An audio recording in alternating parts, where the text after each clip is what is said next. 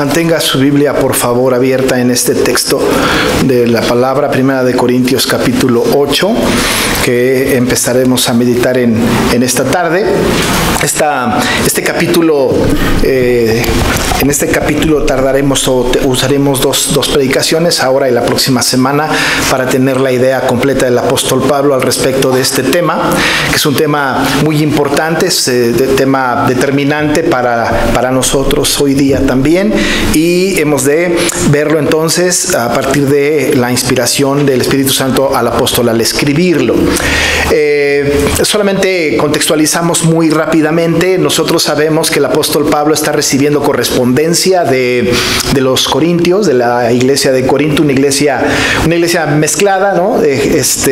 Había llegado el evangelio a la iglesia y empezó a haber un grupo importante de personas que creyeron en el evangelio por la gracia del Señor Jesucristo. Desde luego, la predicación de Pablo era determinante en este asunto, y no solamente de Pablo, sino también sabemos que Pedro, Cefas, estuvo en esta tarea también evangelizadora. También sabemos que Apolos, también sabemos que Aquila, Priscila, en fin, sabemos, ¿no?, que hay diferentes personas que han participado. Timoteo mismo también estuvo participando de alguna manera en esta iglesia. Es una iglesia que tuvo los pastores más prominentes en la historia de la humanidad. Entonces es una iglesia importante. La iglesia creció mucho, pero era una iglesia con una situación muy particular. Él estaba enclavada, pues metida en una cultura bastante pagana, bastante libertina, en donde había toda clase de pecados. Pero no solamente había pecados que ya hemos mencionado en el pasado, sino que además había otro tipo de situaciones, y el otro tipo de situaciones era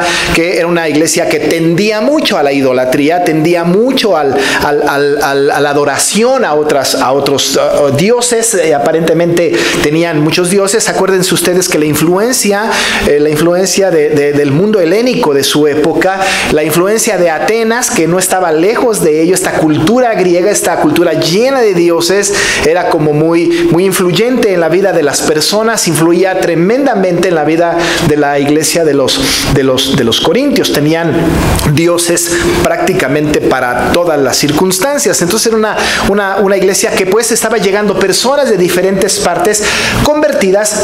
Puede ser que también hayan llegado personas no convertidas y que se empiecen a reunir y a gustar del ambiente cristiano, pero que estaban de alguna manera influyendo a la iglesia con sus ideas que traían del mundo. Gente que quizá llegaba del mundo y decía, no, es que tenemos que hacer las cosas así. Y entonces la gente de la iglesia se confundía un poco y decían, bueno, ¿cómo? ¿Así o así? Y por esto el apóstol Pablo tiene que estar respondiendo. Los cristianos de Corinto, que tienen una gran confianza en el apóstol, que es su pastor, le escriben y le dicen, oye, ¿qué hay con esto? ¿Qué hay con los matrimonios? ¿Qué hay con el tema de la unidad? ¿Qué hay con el asunto de llevar los juicios ante tribunales civiles? En fin, empiezan a hacer una gran cantidad de preguntas que el apóstol tiene que ir respondiendo. Recién la semana pasada terminaba yo de predicar un poco el capítulo 7, que no todo, pero una sección solamente, que tiene que ver con los matrimonios y que tiene que ver también con los solteros y con los matrimonios mixtos. La gran pregunta era, ¿qué hay con estas cosas? Pero ahora surge una pregunta más, y en la pregunta de los corintios nosotros podemos notar también una problemática que se vivía dentro de la comunidad cristiana allá en Corinto. Y entonces le preguntan algo que tiene que ver con la carne sacrificada a los ídolos, y lo sabemos porque el apóstol dice, en cuanto a, ¿no? Empieza así su texto, en cuanto a lo sacrificado a los ídolos, lo cual implica que hubo una pregunta. Él está diciendo, en cuanto a lo que me preguntaban respecto de la carne sacrificada a los ídolos, y así empieza el apóstol. Ahora entonces tienen un problema que tiene que ver con la carne sacrificada a los ídolos. Era legítima la pregunta. ¿Y por qué era legítima? Porque un poco en el contexto en el que se estaba viviendo la iglesia de Corinto y el mundo ahí en particular, tenían una situación muy peculiar. Y la situación peculiar es que todavía había sacrificios en aquel tiempo. Claro, la gente no había entendido, o los no creyentes no habían entendido que el sacrificio perfecto había sido culminado en Jesucristo. No había más sacrificios. Los creyentes en aquella época estaban con esta confusión. Pablo les había hablado seguro del sacrificio de Cristo, lo vamos a ver un poco más adelante, pero la gente que llegaba de afuera empezaba a ver el tema de lo sacrificado a los ídolos. Ya no hay más sacrificio, pero hay un tema: la carne sacrificada a los ídolos, todo aquello que es sacrificado a los ídolos. La gente del común, que no era creyente, por cierto, y quizá algunos no creyentes, pero que estaban dentro de la iglesia haciendo este poco de ruido respecto a este tema, entendían un asunto que era cultural. Y ese asunto era el siguiente: los sacerdotes recibían al animal que venía a ser sacrificado para los ídolos, así era, al sacerdote pagano, y traían este animal para sacrificarlo. El sacerdote hacía una tarea muy particular, y cuando hacía el sacrificio, después del sacrificio, o la carne después de que era muerto el animal, era dividido en 3 partes. La primera parte era sacrificada, era puesta en el altar. La segunda parte se quedaba el sacerdote con la segunda parte del sacrificio. La tercera parte de la carne ya consagrada del animal, ya consagrado, esta carne que sobraba de este animal que había sido sacrificado a los ídolos, era entregada a la familia que había traído el animal para ser sacrificado. Esta tercera parte, que era entregada a la familia, era una tercera parte que la familia se llevaba consigo, y entonces se la llevaban a su casa, y en su casa invitaban a personas de alrededor a tener un ágape, pues una fiesta, y les ofrecían esta carne sacrificada a los ídolos. Solo la tercera parte. Normalmente el sacerdote se quedaba con la mejor parte, la otra era consumida en el sacrificio, pero la otra parte era parte que era entregada a la familia, y la familia invitaba a las personas para degustar este banquete. Y entonces la calentaban, la ponían allá, la asaban, lo que fuera, y la ofrecían en fiestas a la gente de familiares y gente alrededor. Ahora imagínense esto dentro de la iglesia. La gente empieza a preguntarse: es que el hermano fulano me está invitando para que vaya a su casa y coma yo de esta carne que ya previamente fue sacrificada a los ídolos. Era un conflicto muy fuerte, era un conflicto verdaderamente importante, que tenía que ver con la ética de la iglesia, que tenía que ver con la fe de la iglesia, pero además que había un asunto ahí que faltaba embonar en cuanto al conocimiento de la carne sacrificada a los ídolos. Había estas preguntas. Algunos decían: hombre, comamos, no pasa nada, no pasa absolutamente nada, no hay ídolos, ¿no? Tenían una fe firme respecto de: no nos pasa nada, el sacrificio fue Cristo, hagámoslo, comamos esta carne, no sucede nada. Pero había otros más débiles quizá en la fe, otros que recién estaban entrando al evangelio, otros que habían huido de toda aquella idolatría y que estaban huyendo de esa idolatría, que decían: no, ¿cómo crees? No podemos comer carne sacrificada a los ídolos, es pecado, ¿cómo crees? No lo hagamos. Y había contiendas de esta naturaleza. Algunos muy conocedores de la verdad decían: comamos, no pasa nada. El apóstol Pablo más adelante va a decir en el capítulo 10, verso 25: todo lo que venden en la carnicería, comed, no pasa nada, los ídolos son nada. Había algunos muy firmes en esta fe, pero había un sector de la iglesia que decía: no comemos carne sacrificada a los ídolos, es un pecado grave, es un pecado gravísimo. Y Pablo tiene que enfrentar este asunto y tiene que hablar a los asuntos que tienen que ver con la carne sacrificada a los ídolos, ¿no? Hoy día tenemos no carne sacrificada a los ídolos, casi estoy seguro de esto, aun y cuando todavía hay gente que viene y me pregunta: pastor, ¿puedo comer moronga? No puedo, este asunto, ¿no? Hay gente incluso que tiene un problema muy serio con el pan de muertos, o con la rosca de Reyes, o con este tipo de cosas, y dicen: no, pero es que eso ya fue sacrificado a los ídolos, ¿no? Y yo recuerdo muy claramente en el inicio de mi ministerio, hace por ahí de 28 años, que en la iglesia donde yo estaba había un lugar, se ponía fuera de la iglesia en el carnaval en Yucatán, pues el carnaval, y entonces vendían pues toda clase de fritangas, ¿no? Tacos, flautas, pambazos, estas cosas, ¿no? Y no quiero despertar el hambre a la iglesia ahora, pero había este tipo de cosas, ¿no? Y Y recuerdo muy, muy claramente que mi esposa y yo caminamos por ese lugar y fuimos severamente señalados. ¿Cómo el pastor comiendo tacos, carne sacrificada a los ídolos? Fue un escándalo, una cosa muy tremenda. Porque entonces había que entender, si nosotros hoy tenemos este tipo de situaciones, en aquella época que era más ferviente el asunto, había problemas muy serios, ¿no? Entonces Pablo tiene que atender el tema. ¿Qué hay con esto? ¿Comemos? Algunos se molestarán. ¿No comemos? A otros se molestarán. ¿Qué hacemos con el asunto sacrificado a los ídolos? De parte de la iglesia había habido ya una sentencia muy específica, un tema muy concreto que tenía que ver con el tema de la carne sacrificada a los ídolos. Esto sucedió en el Concilio de Jerusalén. ¿Qué pasó ahí? Ustedes pueden recordar que en el Concilio de Jerusalén, cuando el apóstol Pablo, Pedro también, llegan ahí a Antioquía primero y luego descienden a Jerusalén para tener un concilio. Jacobo era como el presidente del concilio en ese tiempo. Y estamos hablando de Jacobo, el hermano carnal de Jesús, estaba ahí como dirigiendo un poco el asunto. Entonces se trató el tema.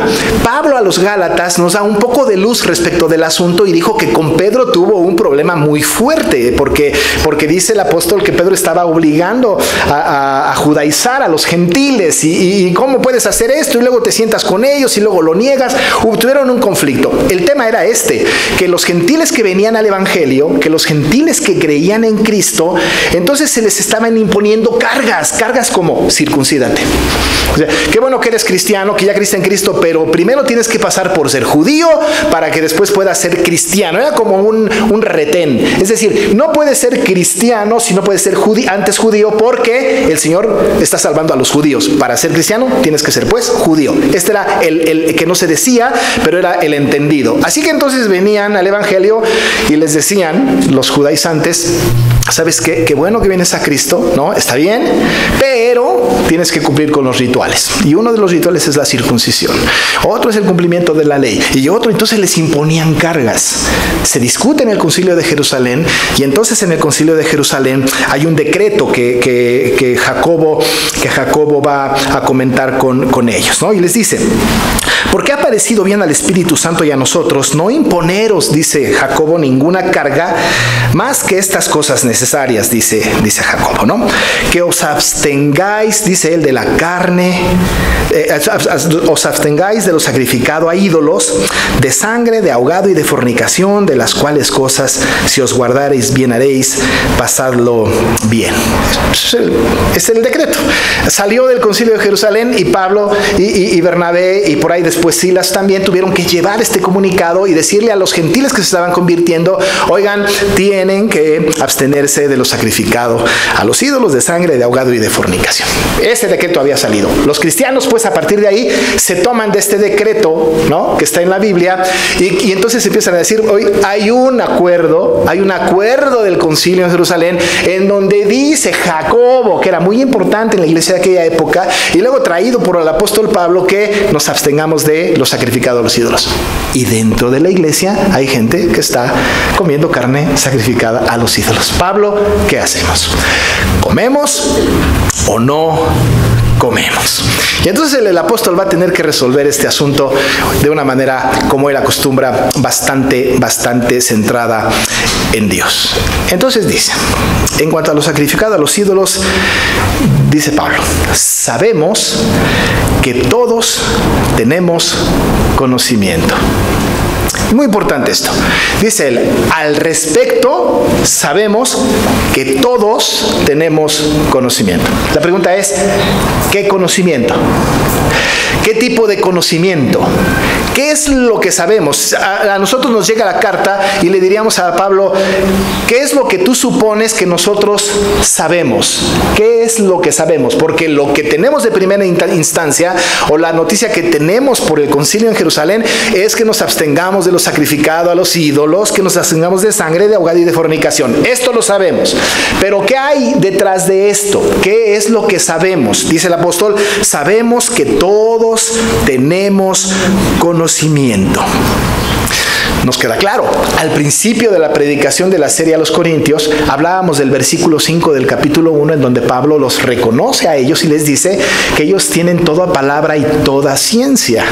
Ellos saben conocen, están pues llenos, dice que tienen o han sido enriquecidos en él en toda palabra y en toda ciencia. Tienen el conocimiento, ellos saben, es algo muy, muy importante.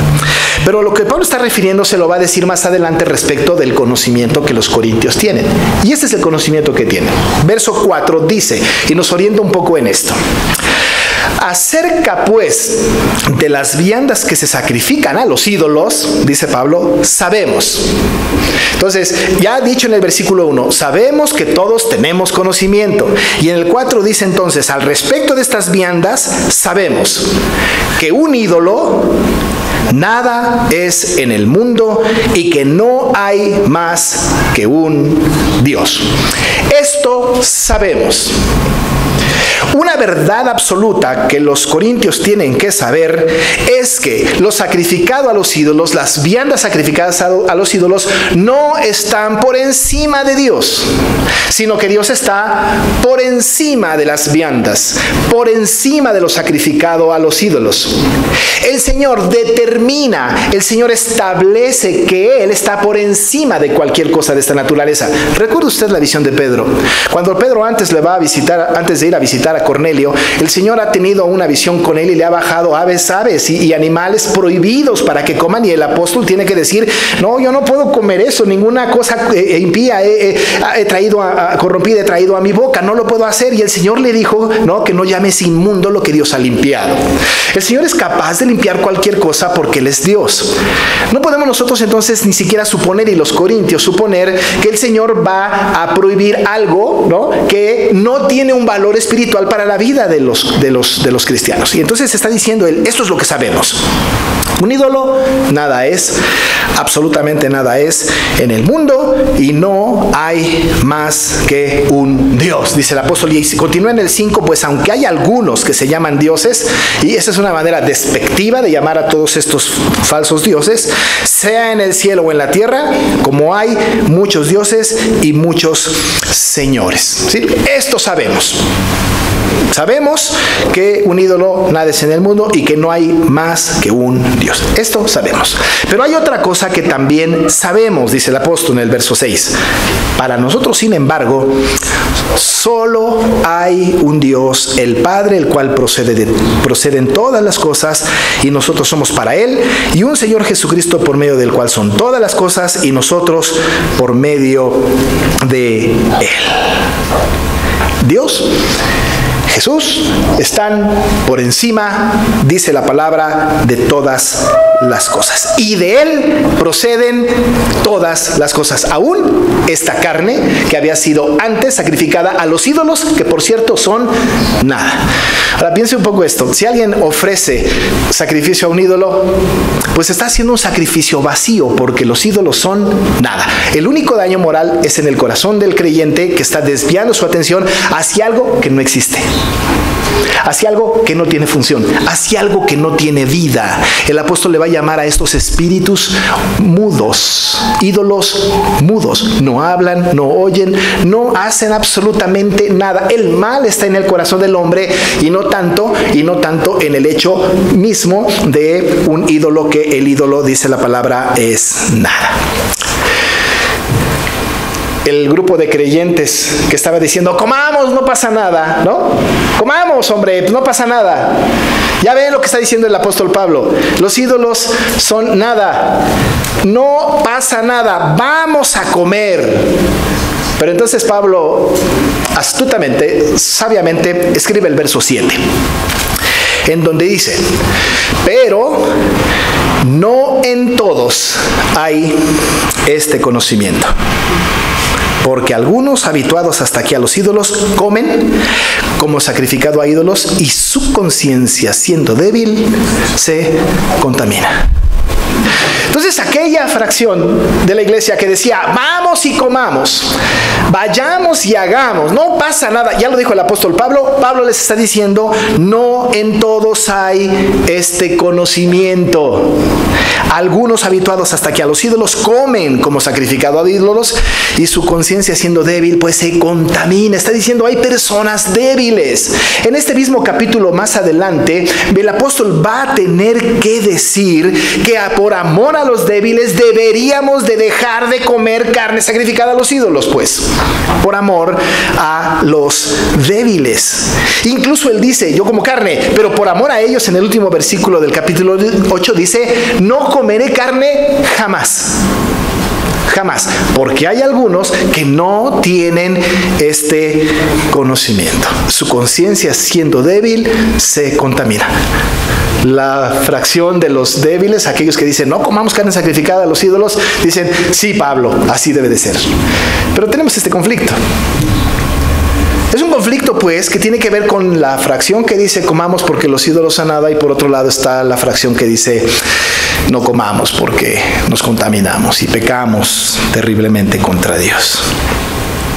Cualquiera que sea el conocimiento de unos o de otros, tienen que centrar su atención ya no más en este asunto de lo cual cualquiera de los dos conocen, sino que el conocimiento, todo este asunto se tiene que centrar en una sola cosa.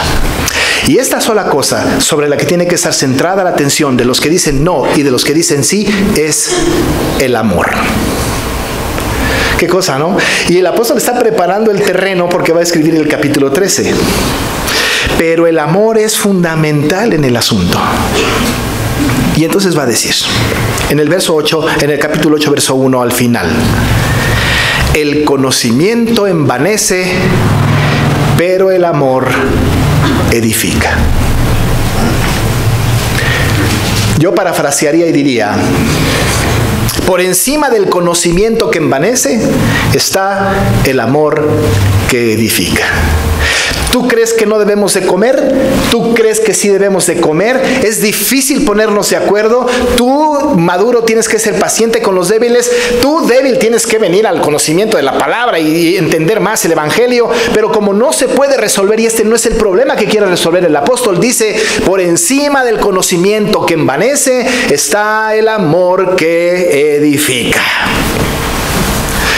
Incluso ahí en el capítulo 13, miren qué lindo lo va a decir.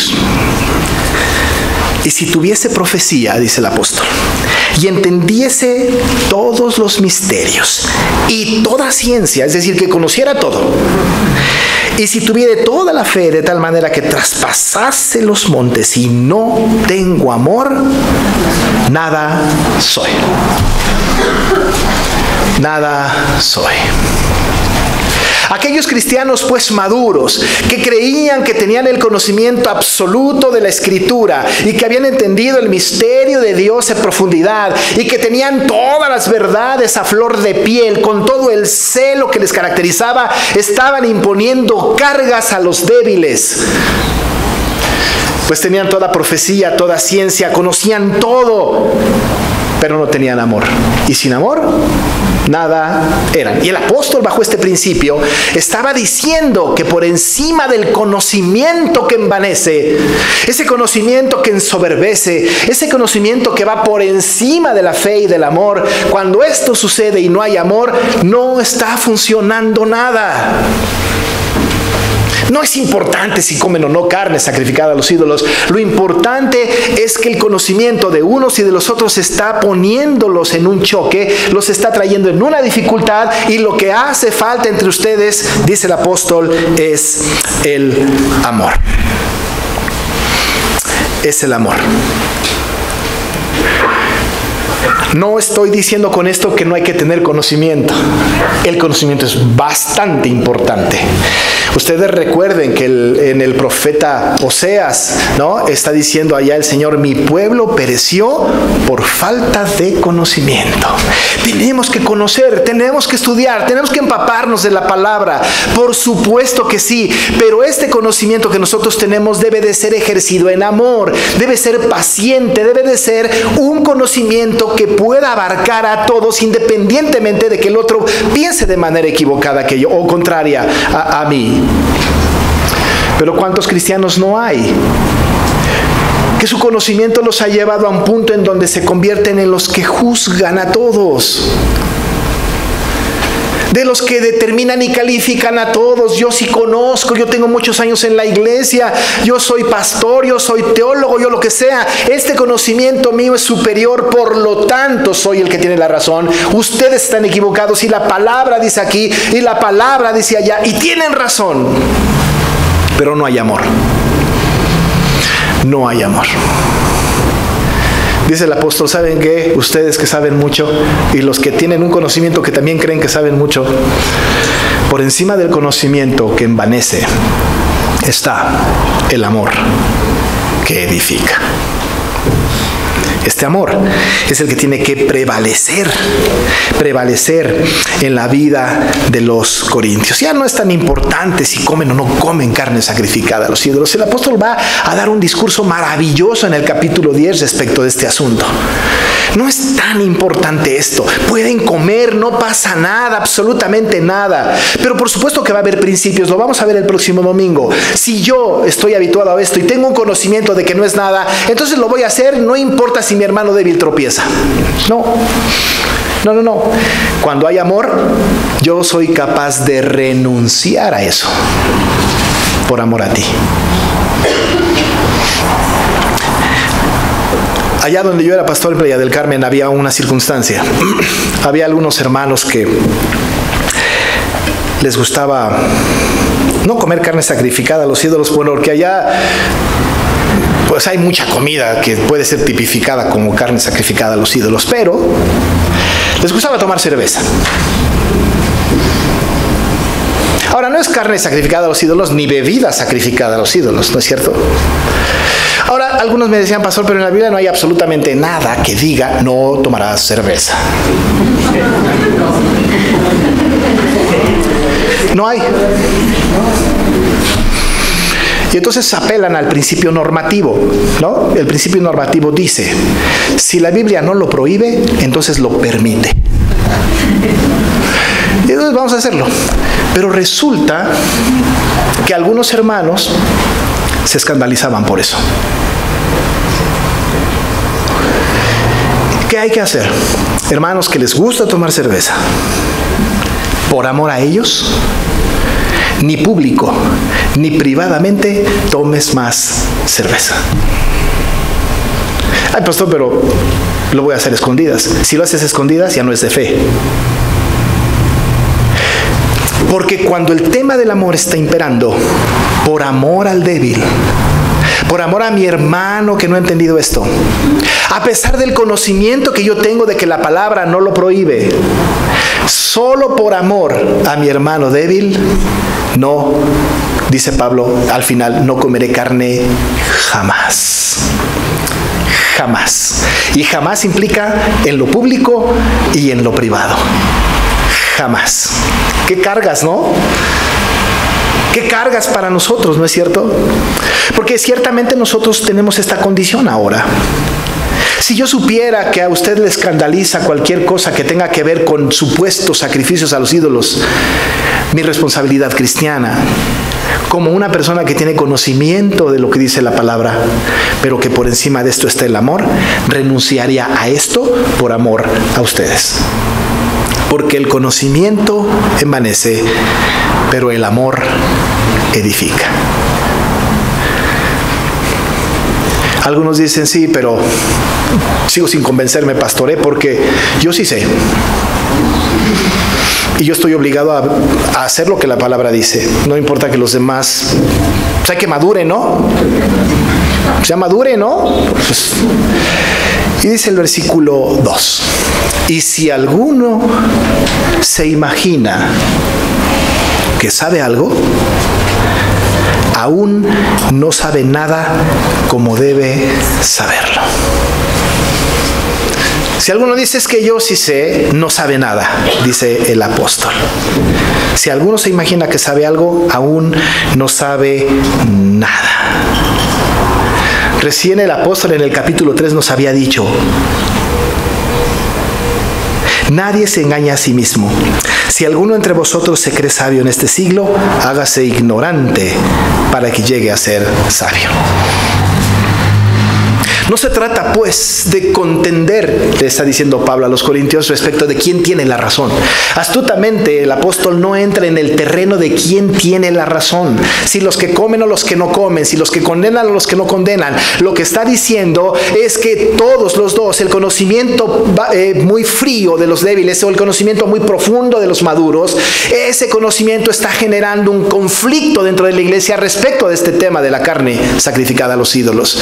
Y el que cree que sabe, no sabe nada, porque la verdadera enseñanza, la esencia del evangelio, tiene que ver con el amor entre nosotros, no una tolerancia al pecado. No estoy diciendo esto, estoy diciendo que hay que tener paciencia para los que están creciendo y los que están aprendiendo el evangelio. Muy pronto, los que pensaban que no podían comer carne sacrificada a los ídolos, seguro, tarde o temprano, iban a comer carne sacrificada a los ídolos, porque los ídolos son nada, porque entendieron la verdad. Pero hubo paciencia del maduro, hubo amor del maduro.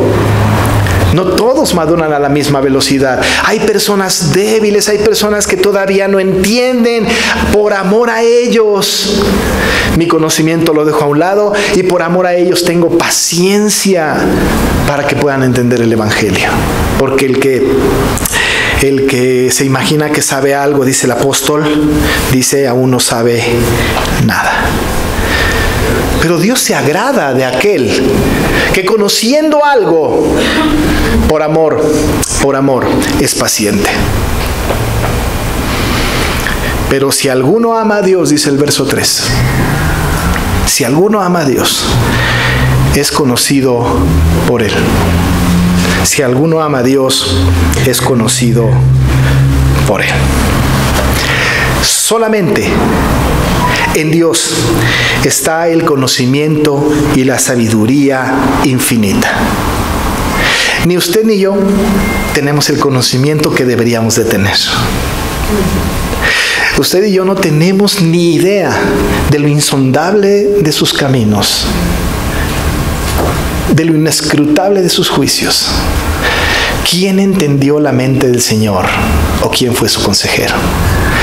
Ninguno de nosotros puede tener el conocimiento absoluto y pleno. Nadie.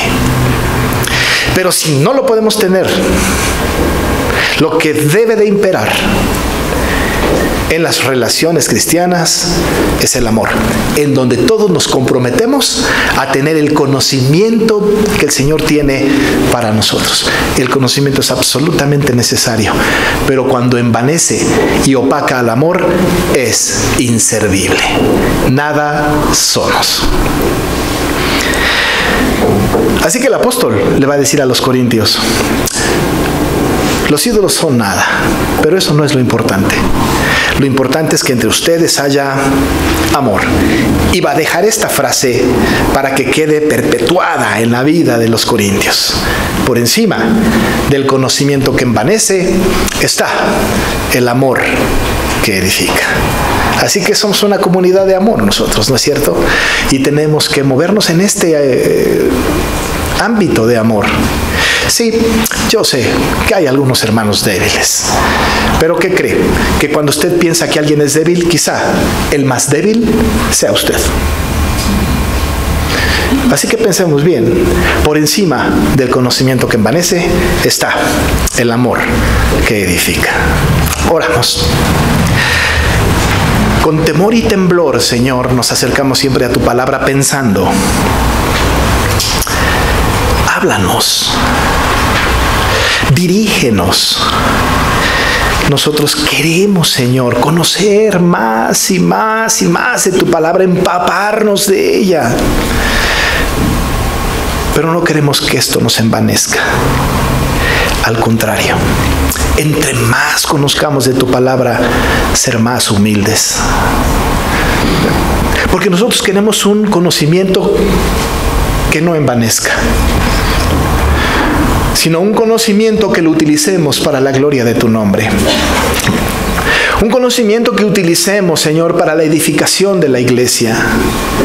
Un conocimiento que nos lleve a la humildad en relación con nuestros hermanos que van aprendiendo los rudimentos del Evangelio. No se trata, pues, Señor, de la carne, si la comemos o no la comemos. Se trata de la actitud cristiana con la que enfrentamos esto. Y queremos que tú hagas de nuestra iglesia una comunidad de amor. Pero un amor que también nos lleve al conocimiento de tu palabra juntos. Queremos que el mundo nos conozca así como tú dijiste en tu palabra. En esto conocerán que son mis discípulos, en que os améis los unos a los otros. Padre, queremos seguir llenando nuestra cabeza, nuestra mente, nuestro corazón del conocimiento de tu palabra. No lo dejaremos de hacer. Es importantísimo, pero no permitas que en esto nos envanezcamos, sino que impere el amor entre unos y otros. Te alabamos y te glorificamos en el nombre de Jesús. Amén.